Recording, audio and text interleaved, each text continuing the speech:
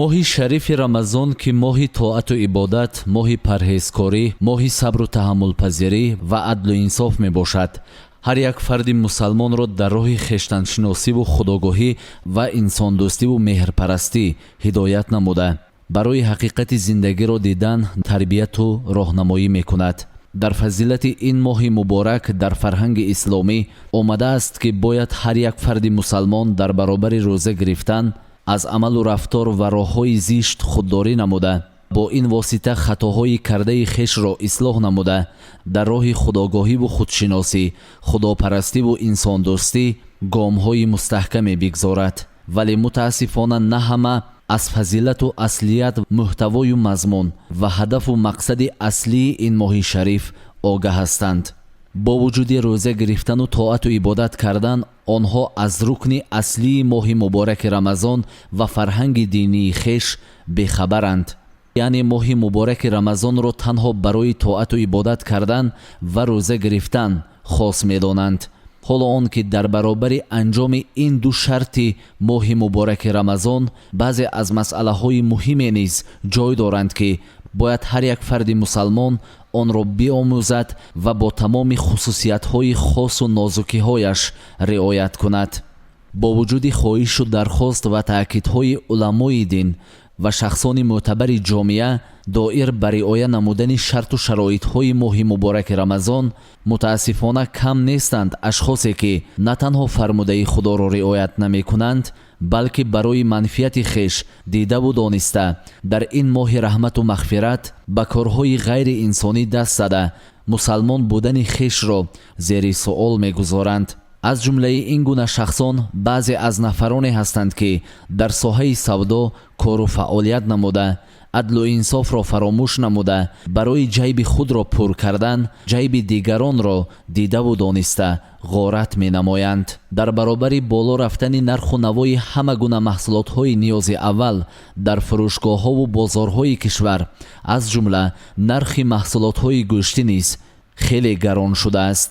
агарчи то фаро расидани моҳи мубораки рамазон нархи 1 килограмм гӯшт аз 50 то 57 сомонӣ буд, баъд аз омадани моҳи шарифи рамазон нархи 1 килограмм гӯшт марзи 75 сомониро убур кардааст. ин ҳам дар ҳолест ки дар гузашта бо нархи нисбатан арзон фурӯхтани гӯшт, яъне 50-57 сомонӣ, на ҳар як оила тавони харидорӣ намудани ин маҳсулотро дошт. акнун ки нархи 1 килограмм гӯшт аз 75 сомонӣ болост, аз лиҳози молӣ боз ҳам зарбаи сангинтареро ба буҷаи ҳар як оилаи кишвар ворид намудааст. мо дар як гузориши худ оид ба нарху навои гӯшт ба шумо маълумот пешниҳод карда будем ва сабабу омилҳои қимат фурӯхтани гӯштро фурӯшандагону қасобон дар гарон будани нарху навои чорво рабт дода буданд. мо бо мақсади ошноӣ пайдо кардан бо нарху навои имрӯзаи чорвои хурду бузург боз ҳам саре задем ба бозори моли шаҳри Панҷакент. зимни боздид аз ин бозор ҷиҳати ошноӣ пайдо кардан бо нарху навои чорвоҳои хурду бузург ақидаи фурӯшандагонро гирифтем.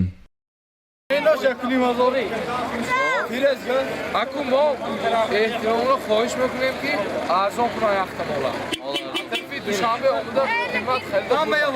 гӯшта нархаш боз амни 1500 каросем 2000 душанберо текусе надодосе 2000 гӯшт қимат шуда 5200 дуяш аст шудаш 5200 намеша шумо чанд каросе хатон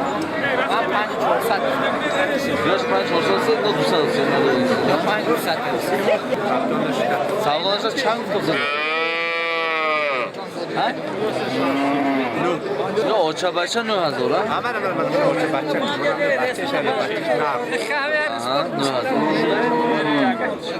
чанд каросе ки харидор холибой харидор 8000 шумо нархи болда 3000 очабача надоде шумо чанд гуфтад хатон گفتم یابید 15 گفتید خریدارو 13 کراسینا شدش 15000 می چند نرخ داره 18200 گفتن نداده چند گفتید که 20000 20000 اوچا بچند بیاش چند ساله این گوت ها 4 تا زوی دیگه 13 کردن نداده چند گفتید که 17 گفتید شدش 17 گفتم 13 کران نبوده چندو بچهش؟ یکم بچه چند سو کرده دوی همین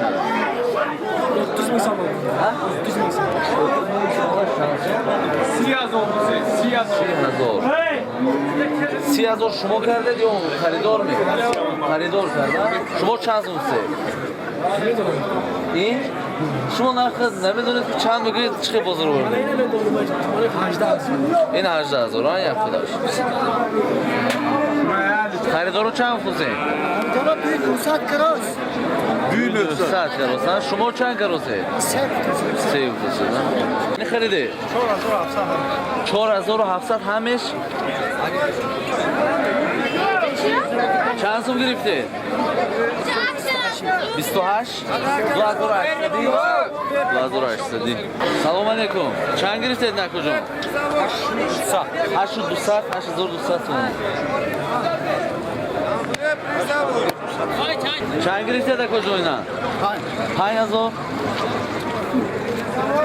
ҳарчанд худи шумо шоҳид гаштед нисбати ҳафтаҳои гузашта нархи чорвоҳои хурду бузург чандон тағйир накарда вале нархи гӯшт бошад аз 15 то 20 сомонӣ боло рафтааст пас ин ҷо суоле ба миён меояд ки агарчи нарху навои чорво дар ҳафтаҳои гузашта ҳамон гуна ки буд бетағйир боқӣ мондааст пас чаро нархи гӯшт якбора боло рафтааст бо вуҷуди пеш омадани пандемияи COVID-19 аз лиҳози иқтисодӣ вазъияти кулли кишварҳои ҷаҳон вазнин арзёбӣ карда мешавад албатта ин пандемия ба вазъи иқтисодии ҳар як оилаи кишвари мо низ бетаъсир намондааст хусусан таи тақрибан як соли охир маҳкам шудани марзҳо байни кишварҳои дунё барои воридоту содироти маҳсулотҳои гуногун то ҷое мушкилсоз шуда